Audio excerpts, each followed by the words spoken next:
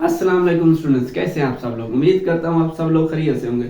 Students, जैसा कि हमें मालूम है, हमने एक लेक्चर सीरीज स्टार्ट कर रखी है। सर किसके लिए? सर वो तो है BPSC physics, FPS physics, Pakistan atomic energy की टेस्ट और प्यास फेलोशिप की तैयारी के लिए। स्टूडेंट्स, इसके लिए हमने 7 लेक्चर मुकम्मल कर लिए हैं। जो कल वाला लेक्चर था वो एक टेस्ट की डिस्कशन थी, एक क्विज की डिस्कशन थी। जिन्होंने क्विज नहीं दिया और कल वाले लेक्चर को नहीं देखा, उन दोनों का जो लिंक है मैं इसी वीडियो की डिस्क्रिप्शन बॉक्स में डाल दूंगा, काइंडली उन्हें मुकम्मल कर लें। जो आज हम स्टार्ट करेंगे वो कुछ केपलर्स लॉ से स्टार्ट करते हैं। केपलर्स के 3 लॉ होते हैं, जैसा कि हमें मालूम है। फर्स्ट लॉ कहता है all the planets revolve around the sun in elliptical path, ना कि सर्कुलर पाथ में। सर्कुलर पाथ में रिवॉल्व नहीं करते, इलिप्टिकल पाथ में रिवॉल्व करते हैं, यानी कि अंडे की शक्ल की तरह। सेकेंड लॉ में बोलता है for the planetary motion angular momentum remains conserve. जितनी भी प्लानेटरी मोशन होती है, जिस प्लानेट की भी देख लें, उनका जो एंगुलर मोमेंटम होता है वो कांस्टेंट होता है, कंजर्व्ड रहता है। थर्ड लॉ में बोलता है square of time period geostationary satellites is directly proportional two cube of the radius of the satellites. मतलब स्क्वायर जो होता है, टाइम पीरियड का स्क्वायर, वो डायरेक्टली प्रोपोर्शनल होता है cube of the radius of the satellites. किसके लिए सर? जियो स्टेशनरी सैटेलाइट्स के लिए। अब हम देखेंगे एंगुलर मोमेंटम।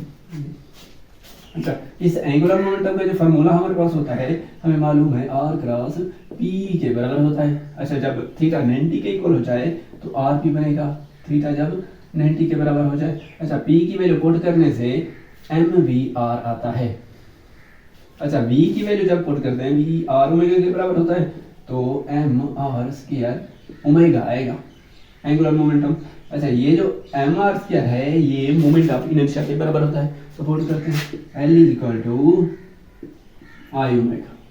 अच्छा, ये जो एंगुलर मोमेंटम है ये एनालॉग ऑफ लीनियर मोमेंटम है। अच्छा, ये मोमेंट ऑफ इनर्शिया जो होता है एनालॉग ऑफ मास होता है। एंगुलर जो वेलोसिटी होती है एनालॉग ऑफ लीनियर वेलोसिटी होती है। तो देखिए ये एक किस्म का एनालॉग हो गया। आप पढ़ते हैं कंजर्वेशन ऑफ एंगुलर मोमेंटम। देखिए सर, जब लीनियर मोमेंटम की बातें होती थी तब होता ये था, जो फोर्स होती थी हमारे पास, rate of change of linear momentum के बराबर होती थी। जब फोर्स हो जाती थी जीरो, तब in the case of elastic fluid, तो तब क्या होता था? तब change in linear momentum divided by dt zero होता था। अब dt इस जगह मल्टीप्लाई होती है तो जीरो हो जाता है, तो ये वैल्यू आती थी। दोनों तरफ से जो इंटीग्रेट लेते थे तब होता यूँ था, जो लीनियर मोमेंटम की वैल्यू होती थी वो कांस्टेंट के बराबर होती थी। सिमिलरली इस केस में देखते हैं हम, जो एंगुलर मोमेंटम की बातें हो रही हैं, तो एंगुलर मोमेंटम देखेंगे, जो rate of change of angular momentum होता है वो टॉर्क के बराबर होता है। अच्छा, इफ टॉर्क जीरो हो जाए तब क्या होगा? तब होगा ये change in angular momentum zero के बराबर। दोनों तरफ से इंटीग्रेट जब करते हैं तब आंसर ये आता है। अच्छा, एंगुलर मोमेंटम की वैल्यू पुट कर रहे हैं ये वाली, तो ये आएगा आई ओमेगा।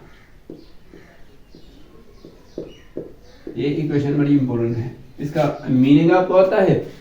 जी सर, आता है। कैसे? देखिए सर, जो एंगुलर मोमेंट, ये मोमेंट ऑफ इनर्शिया और एंगुलर वेलोसिटी जब दोनों मल्टीप्लाई होती हैं, इनका जो आंसर आता है वो कांस्टेंट होता है, कभी तब्दील नहीं होता। ये नहीं कि जब अगर मोमेंट ऑफ इनर्शिया हो जाए डबल, ऑटोमेटिकली एंगुलर वेलोसिटी उस टाइम हाफ हो जाती है। वजह ये है, जो इनका आंसर आना है वो कांस्टेंट के बराबर आना है, आई ओमेगा आएगा, जो कि कांस्टेंट होगा। समझ आ चुकी होगी आई होप। अच्छा, अगर मोमेंट ऑफ इनर्शिया हाफ हो जाए तो ऑटोमेटिकली एंगुलर वेलोसिटी डबल हो जाती है। क्यों? क्योंकि इनका आंसर ही कांस्टेंट के बराबर आना है, वो कांस्टेंट आई ओमेगा है। अब तो समझ आ चुकी होगी। तो चलिए चलते हैं इनके एमसीक्यू। देखिए सर, अब की बार हमारे पास 2 एमसीक्यू है। फर्स्ट एमसीक्यू बोलता है if more water is added then angular velocity क्या है। देखिए सवाल को समझे पहले। ये हमारे पास कोई एक बीकर है, बीकर के अंदर क्या है? वाटर है। जो वाटर है वो रोटेट कर रहा है। वो बोलता है अगर इस रोटेटिंग वाटर में मोर वाटर ऐड कर दिया जाए तो इस रोटेटिंग वाटर की एंगुलर वेलोसिटी क्या होगी? इंक्रीज होगी, डिक्रीज होगी, कांस्टेंट रहेगी या डबल हो जाएगी? देखिए sir, law of conservation of angular momentum बोलता है जो आई ओमेगा होता है वो कांस्टेंट के बराबर होता है।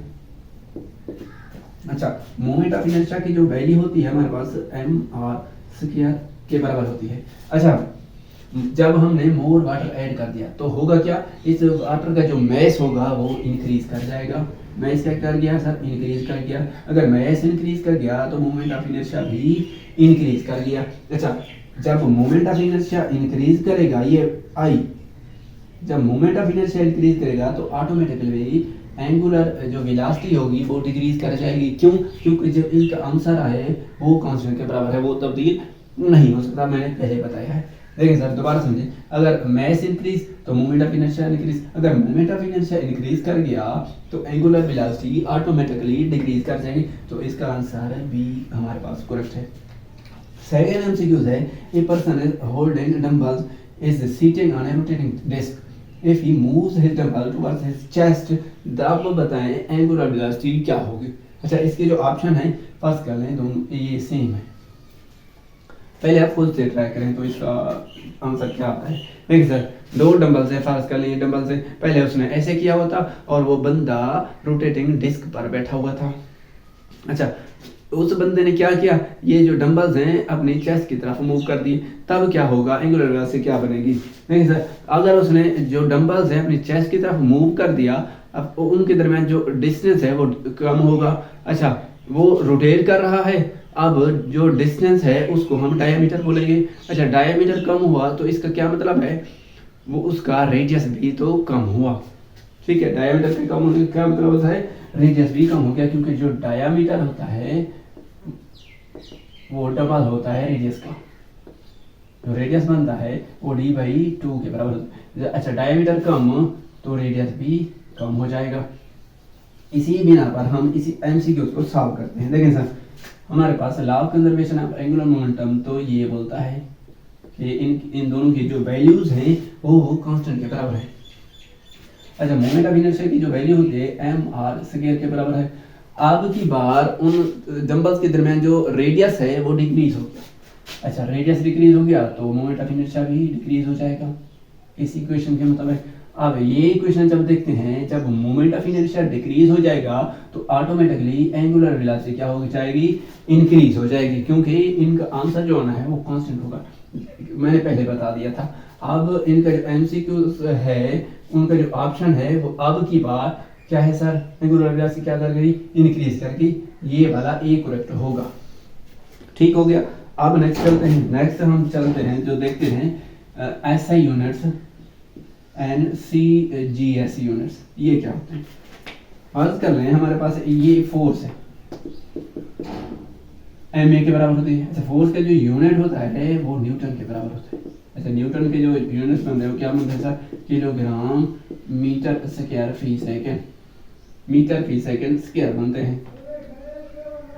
अच्छा, इनको अगर सीडीएस में कन्वर्ट करें तो होगा क्या, होगा ये किलोग्राम को ग्राम में तब्दील करें तो क्या आता है 10⁻³ ग्राम के बराबर होता है 1 किलोग्राम। अच्छा, 1 मीटर किसके बराबर होता है, 10⁻² सेंटीमीटर के बराबर होता है। अच्छा, सेकंड तो सेकंड है, सेकंड को कुछ कह नहीं सकते, इसको वैसे रहने दें। या क्या बनेगा, 3 2 5 बनेगी 10⁵ ग्राम सेंटीमीटर फी सेकंड स्क्वायर, ये क्या है 1 न्यूटन। अच्छा, ये जो है ये अब ये यूनिट्स आ गए हैं सीजीएस सिस्टम में, तो इनको कह सकते हैं 10⁵।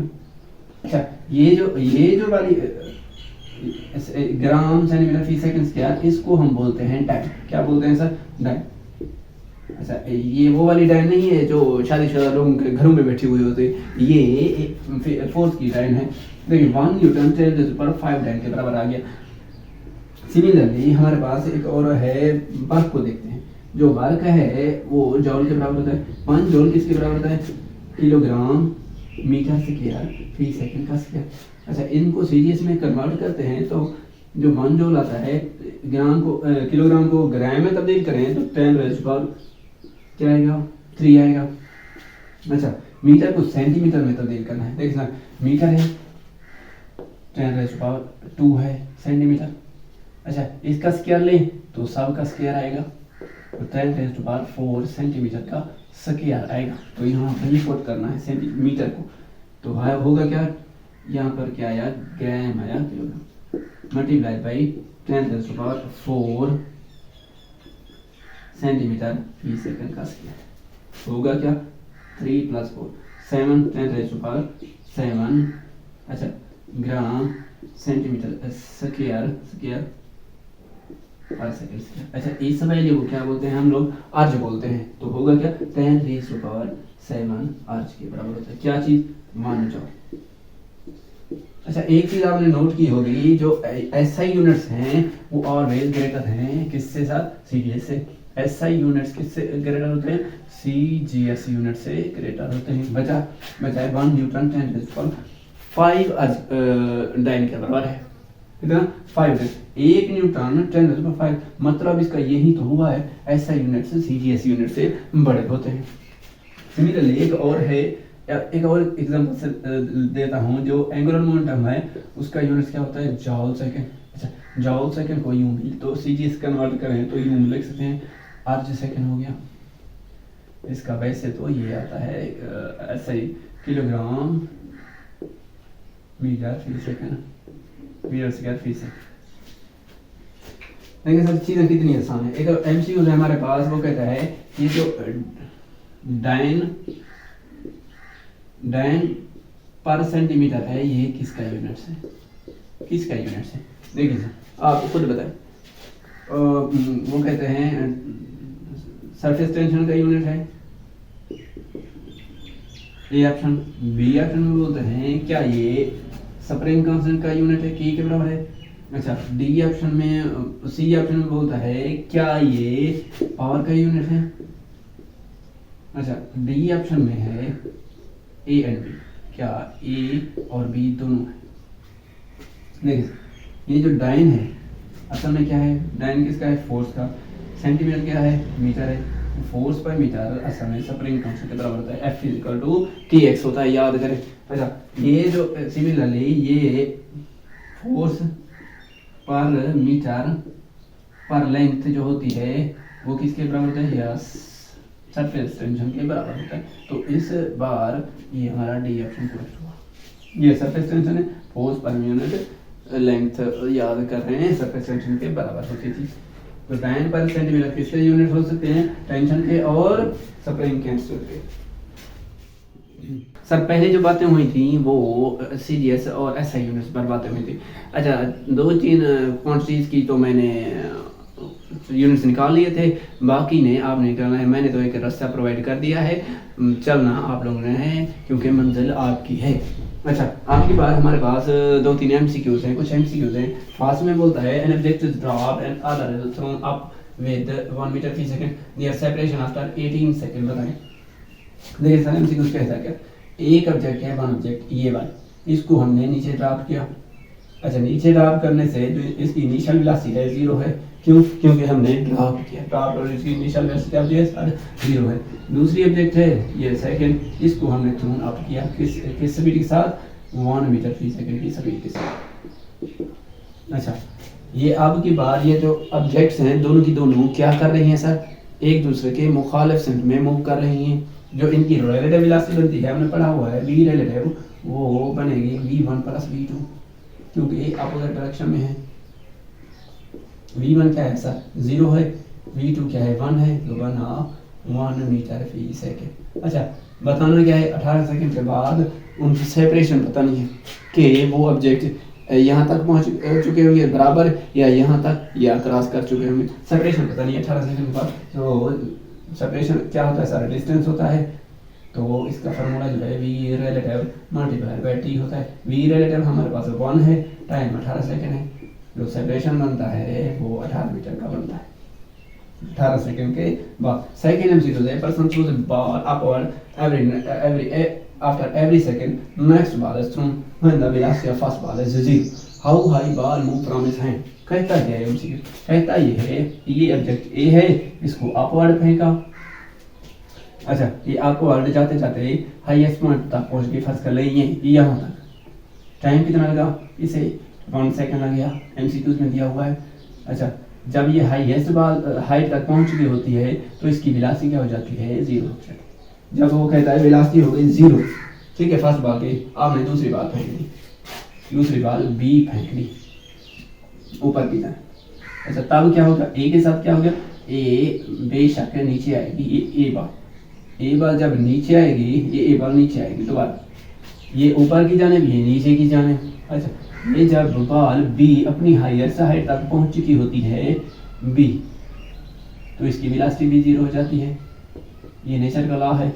अच्छा, तब ये ए जो होता है दोबारा ज़मीन पर आ चुका होता है।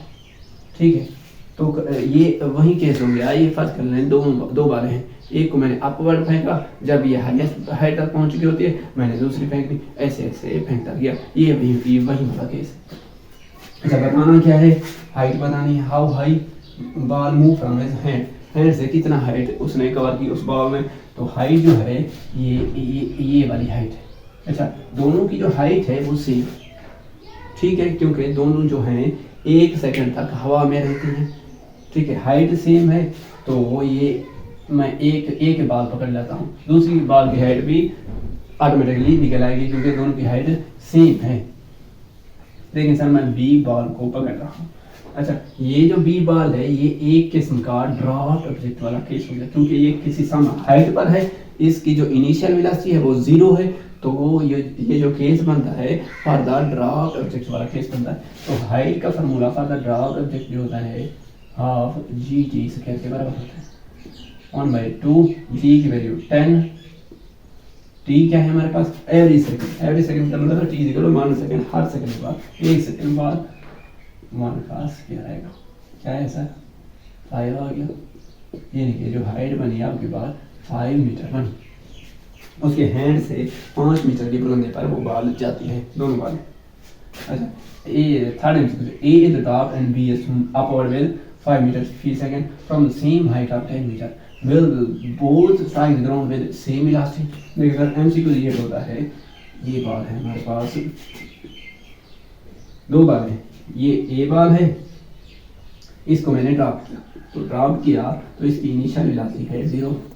ठीक है, सिमिलरली सेकंड बॉल है बी, इसको मैंने ऊपर फेंका, किस वेलोसिटी के साथ, ये देखो 5 मीटर की वेलोसिटी के साथ।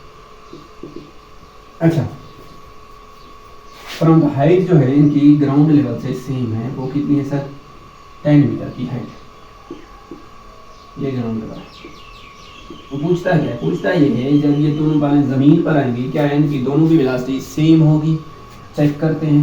लेकिन सर ये जो ऑब्जेक्ट है ये ऊपर जाएगा, कुछ हाइट कवर करने के बाद दोबारा नीचे आएगा, बेशक नीचे आएगा, जब इस लेवल तक पहुंचेगा इसकी जो स्पीड है वो दोबारा 5 मीटर फी सेकेंड होती है, ये नेचर का लॉ है। ठीक है, अब ये दोनों नीचे आ रहे हैं इस लेवल से। अच्छा, इस लेवल से जो ए की स्पीड है वो 0 के बराबर है, बी की स्पीड अब की बार क्या है 5 मीटर फी सेकेंड है। अच्छा, ये जो ए है ये एक किस्म का ड्रॉप ऑब्जेक्ट है, तो इसकी वेलोसिटी बनती है हमारे पास फॉर द ड्रॉप ऑब्जेक्ट, वो ये है v equal to v equal to 2gh बोल कंट्रोल।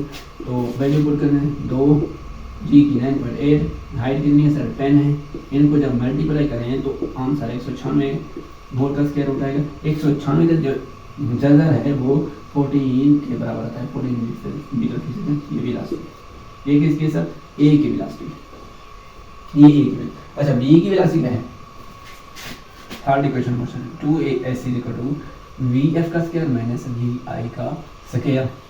अच्छा, फाइनल वेलोसिटी पता नहीं है क्योंकि यहाँ तक इसकी इनिशियल वेलोसिटी आपके बाद क्या है इस लेवल तक वो है 5 मीटर फी सेकंड। ठीक हो गया।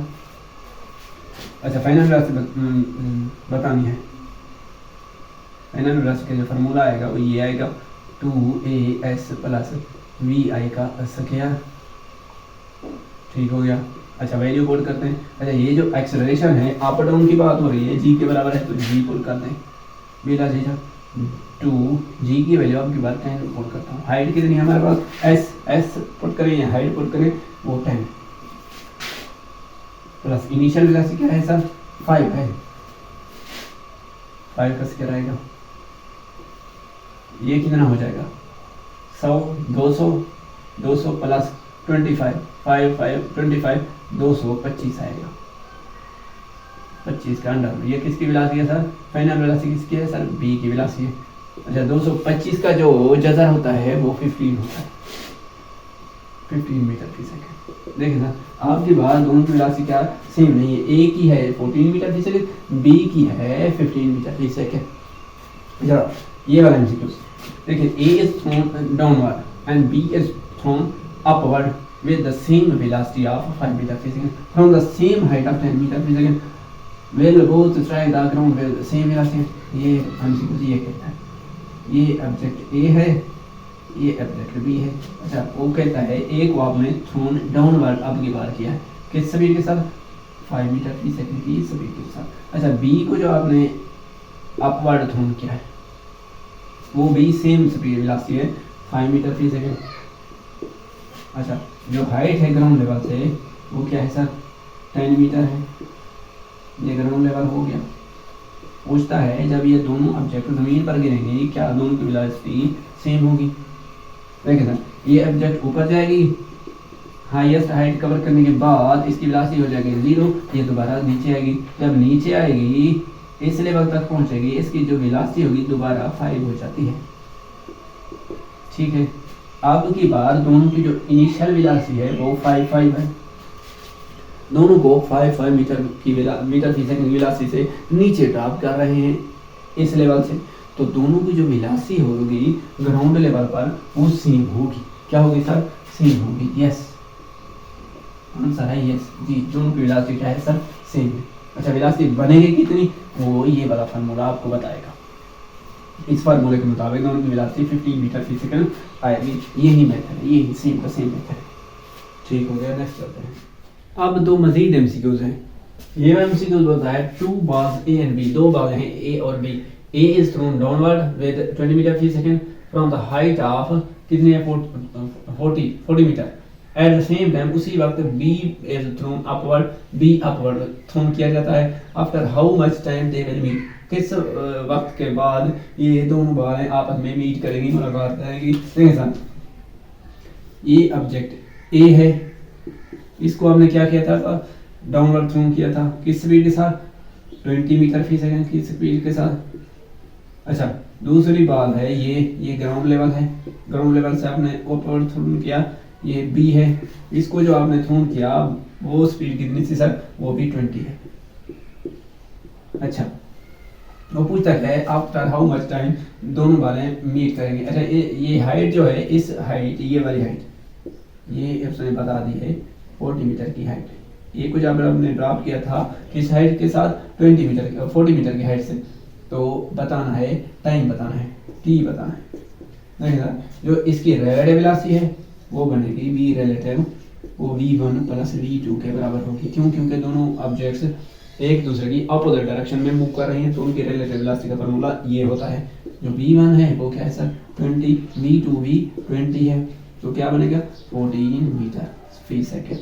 अच्छा बताना क्या है टाइम, जो टाइम का फार्मूला है वो s और v रिलेटिव बनेगा। अच्छा s क्या है डिस्टेंस क्या है या हाइट क्या है वो है 40 मीटर दोनों ऑब्जेक्ट्स के दरमियान।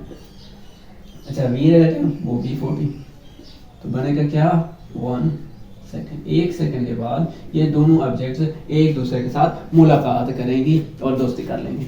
अच्छा सेकंड एमसीक्यू है a stone is dropped from the height of 30 meter at the same time and other stone is thrown up with 30 meter per second। अच्छा time to cross each other, ये भी time to cross each other बताना है। ठीक है दो वाले हैं दो स्टोन हैं, एक है ये फर्ज करने ए है, इसको आपने क्या किया ए ड्रॉप किया है नीचे की जानिब, ड्रॉप करने से इनिशियल वेलोसिटी 0 होती है हमें पता है। अच्छा फ्रॉम द हाइट ऑफ जो ग्राउंड लेवल से इसकी जो हाइट है वो कितनी है सर वो है 30 मीटर, उसने दे दिया है कितनी हाइट है सर 30 मीटर की हाइट है। अच्छा तो सर आगे क्या कहता है eight the same time stone and other stone is thrown up. अच्छा उसी वक्त जब आपने इसको ड्रॉप किया था उसी वक्त आपने एक और स्टोन को आपने अपवर्ड फेंका था, उसकी जो स्पीड थी वो क्या थी सर 30 मीटर फी सेकंड की स्पीड थी। अच्छा time to cross each other बताना है तो ये भी वही है, इसकी भी रिलेटिव वेलोसिटी निकालनी है क्योंकि दोनों ऑब्जेक्ट एक दूसरे के साथ मुखालिफ डायरेक्शन में मूव कर रहे हैं। जो भी रिलेटिव बनेगी वो क्या होगी सर 0 प्लस 30 होगी, क्या होगी सर 30 मीटर फी सेकंड, इसकी भी रिलेटिव वेलोसिटी है। अच्छा, इसका जो टाइम निकालना है t इक्वल टू x और b रह गया, क्या बनेगा 30 डिवाइड बाय 30 होगा क्या 1 सेकेंड आंसर आएगा। अच्छा, अगर वो पूछ ले कि 1 सेकंड के बाद इस ए ऑब्जेक्ट ने कितना डिस्टेंस कवर किया, मोर ओवर, अगर वो पूछ ले किसी एमसीक्यू में कि 1 सेकंड के बाद इस ऑब्जेक्ट ए ने कितना डिस्टेंस कवर किया था, तो डिस्टेंस की बात हो रही है यानी कि हाइट की बात हो रही है, तो उसका जो फार्मूला होता है S H equal to half G T square के बराबर होता है। तो 1/2 जी की वैल्यू क्या है 10, टाइम कितना है 1 होल का स्क्वायर कितना 5 यानी कि 5 मीटर। जो ए ऑब्जेक्ट थी, ये ए ऑब्जेक्ट, उसने जो डिस्टेंस कवर किया है वो 5 मीटर मुकम्मल किया है। अच्छा, सिमिलरली बी ने कितना डिस्टेंस कवर किया है 1 सेकंड के बाद, बी ने जो डिस्टेंस कवर किया है वो है H B is equal to क्या है S is equal to V I T, वो वाला फॉर्मूला लगाना है V I T plus half G T का स्क्वायर। अच्छा, अब की बार होगा क्या, ये जो जी है माइनस का होगा, क्यों, क्योंकि अप जा रहा है, अप जाने से जी नेगेटिव का होता है। अच्छा, इनिशियल वेलोसिटी इसकी क्या है 30 है, पुट कर दें। टाइम क्या है सर, टाइम हमें दिया गया है 1 सेकंड का, ये देखें 1 सेकंड का। अच्छा, -1/2 जी 10 है, टी 1 है, इसका स्क्वायर होता है। अच्छा, 30 माइनस ये क्या है 5, क्या आएगा 25। अच्छा, ये बी की हाइट है। देखा, 1 सेकंड के बाद जो ये ऑब्जेक्ट ए है उसने 5 मीटर का डिस्टेंस कवर किया है। अच्छा, बी ने 25 मीटर का डिस्टेंस कवर किया है। टोटल बी 30 है, 5 प्लस 25 30 बनेगी। नेक्स्ट चलते हैं सर, हमारे पास स्टॉपिंग डिस्टेंस का कांसेप्ट है। अच्छा, स्टॉपिंग डिस्टेंस की definition, when a body applies brakes then what distance cover is called as stopping distance. मतलब जब आप मूव कर रहे हैं किसी गाड़ी से, जब आपने ब्रेक लगा दी तो जितना डिस्टेंस ब्रेक लगने के बाद कवर होगा उसे कहते हैं स्टॉपिंग डिस्टेंस। उसे हम लोग क्या बोलते हैं सर, स्टॉपिंग डिस्टेंस बोलते हैं। अच्छा, इस स्टॉपिंग डिस्टेंस के पीपीएससी के लिहाज से 2-3 केसेस हैं। तो फर्स्ट नंबर केस है वो कहता है इफ मैस सेम, अगर मैस सेम है तब क्या होता है। देखिए सर, इसको कवर करने के लिए हमने वर्क एनर्जी का सहारा लेना है। वर्क एनर्जी फार्मूला है W = काइनेटिक एनर्जी के बराबर होते हैं mv का क्या। अच्छा, वर्क का क्या फार्मूला आता है Fs = 1/2 mv का स्क्वायर होता है। ये जो फोर्स है फ्रिक्शन की फोर्स है। अच्छा, ओके, फर्स्ट केस में होता है मैस सेम, अगर मैस सेम है तो फ्रिक्शन की फोर्स भी सेम होगी। तो देखें, जो अगर मैस सेम तो जो डिस्टेंस होगा स्टॉपिंग डिस्टेंस से बोलते हैं वो directly proportional to v square होता है। क्या होता है सर, v स्क्वायर। ये फ्रिक्शन की फोर्स है, वो सेम रोड पर सेम होगी। ये क्या सर, फ्रिक्शन की फोर्स है। असल में आपकी बार से फ्रिक्शन फोर्स कंसीडर कर रहे हैं। जब आपने ब्रेक अप्लाई की तो उस पर फोर्स लगेगी गाड़ी रोकने के लिए, ये वही फोर्स है। अच्छा, अब स्टॉपिंग डिस्टेंस है, इसे ऐसे करना होता है स्टॉपिंग डिस्टेंस। जब मैस सेम तो साफ ज़ाहिर है v स्क्वायर के डायरेक्टली प्रोपोर्शनल होता है। अच्छा, हमारे पास एक एमसीक्यू है, वो बोलता है दो ऑब्जेक्ट्स हैं a एंड b।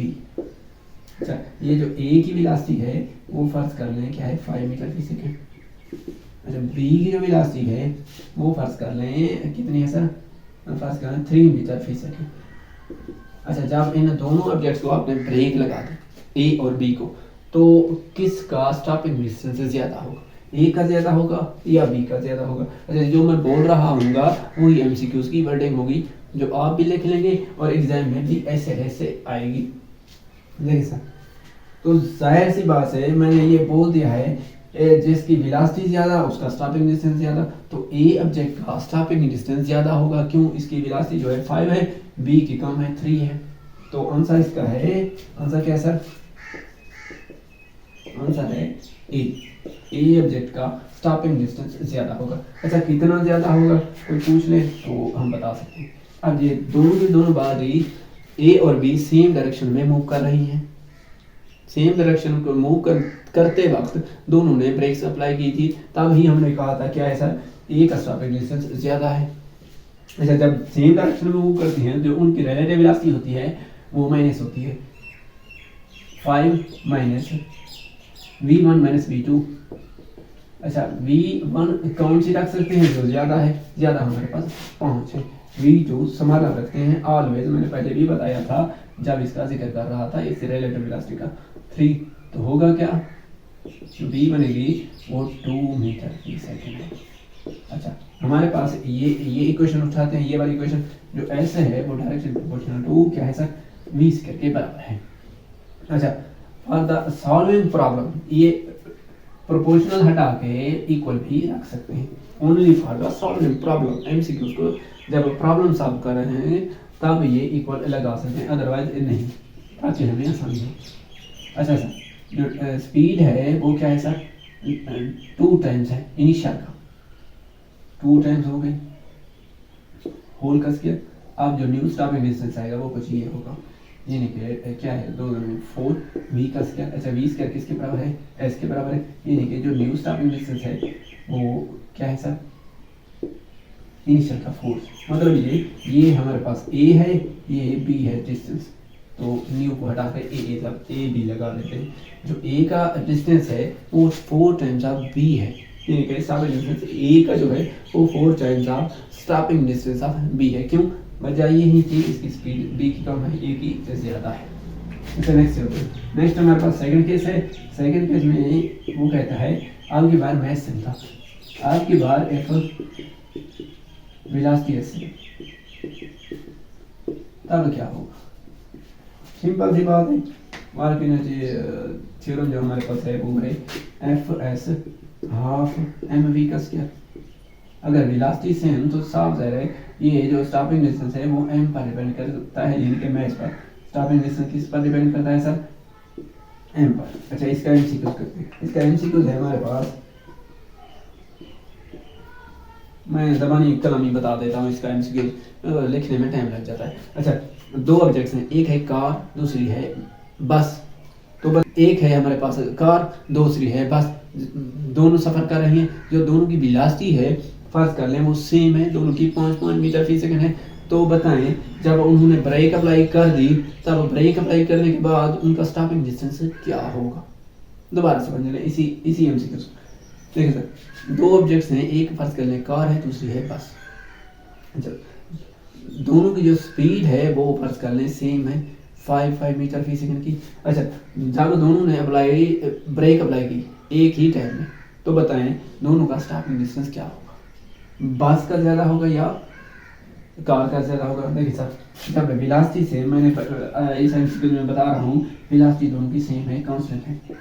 जब वेलोसिटी होती है सेम तो ये वाला फार्मूला लगता है, S directly proportional to m होता है। अच्छा, मैं एस कार का ज़्यादा है या बस का, साफ ज़ाहिर है बस का ज़्यादा है, तो इसका आंसर है बस। क्या है सर, बस का स्टॉपिंग डिस्टेंस ज़्यादा होगा। एक और एमसीक्यू सॉरी थर्ड केस है हमारे पास, इसी का third case. If kinetic energy same, अगर काइनेटिक एनर्जी सेम हो जाए तब स्टॉपिंग डिस्टेंस पर क्या असर पड़ने वाला है। Stopping distance Fs is equal to half mv का स्क्वायर होता है। अच्छा, ये जब काइनेटिक एनर्जी सेम तो स्टॉपिंग डिस्टेंस भी क्या होगा सर, सेम होगा। इसका एमसीक्यूज करते हैं। एमसीक्यूज आपकी बात ज़मानी का बना मैं नहीं समझाऊंगा, टाइम लग जाता है। देखिए, ए car and a bus moving with same kinetic energy। तो बताएं after applied brakes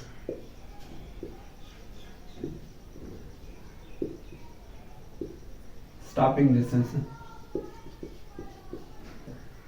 which one has more stopping distance। अच्छा, एक कार है और दूसरी बस है, दोनों की जो काइनेटिक एनर्जी है वो सेम है। जब दोनों ने अप्लाई कर दी ब्रेक्स, तो which one has more stopping distance before the stop, stop करने से पहले तो किसका स्टॉपिंग डिस्टेंस ज़्यादा होगा, कार का ज़्यादा होगा या बस का ज़्यादा होगा। यहाँ पर दोनों की किनेटिक एनर्जी है सेम। नेक्स्ट है किनेटिक एनर्जी का हमारे पास फार्मूला होता है, kinetic energy is equal to 1/2 mv का स्क्वायर होता है। अच्छा बस का जो मैस है, बस का मैस होता है ज़्यादा लेकिन उसकी स्पीड कम है, ठीक है, तभी तो किनेटिक एनर्जी सेम होती है, अदरवाइज तो नहीं हो सकती। अच्छा कार का मैस अगर कम है तो उसकी स्पीड ज़्यादा है, तभी तो किनेटिक एनर्जी सेम होती है, अदरवाइज तो नहीं हो सकती। तो किनेटिक एनर्जी इसकी बार अब की बार क्या है सर, सेम है। जब किनेटिक एनर्जी सेम तो इस फार्मूले के मुताबिक यानी कि F is equal to work energy theorem के मुताबिक हाफ mv का स्क्वायर होता है। जब ये वाली सेम तो स्टॉपिंग डिस्टेंस जो होगा दोनों का दोनों सेम होगा। जब किनेटिक एनर्जी सेम तो स्टॉपिंग डिस्टेंस भी सेम होता है। तो सर मैं चाहता हूँ आज के लिए हम इतना ही काफ़ी करते हैं, क्योंकि मैं भी थक चुका हूँ, आप लोग भी ही थक चुके होंगे। तो स्टूडेंट्स आज के लिए इतना ही, मिलते हैं नेक्स्ट लेक्चर तक। काइंडली मेरे ये जो यूट्यूब चैनल है पीपीएससी फिजिक्स बाय राशिद, इसको आपने सब्सक्राइब कर देना और दोस्तों को भी बताना। इसका एक फ़ायदा है, आपको भी फ़ायदा होगा और आपके दोस्त को भी इसका फ़ायदा होगा। इन लेक्चर्स का आपको फ़ायदा ये भी होगा, आपको सवाब मिलेगा, क्योंकि दूसरे का भला, जब दूसरे का भला तो अपना भला होता है, यही नेचर का लॉ है। तो तब तक के लिए अल्लाह हाफ़िज़।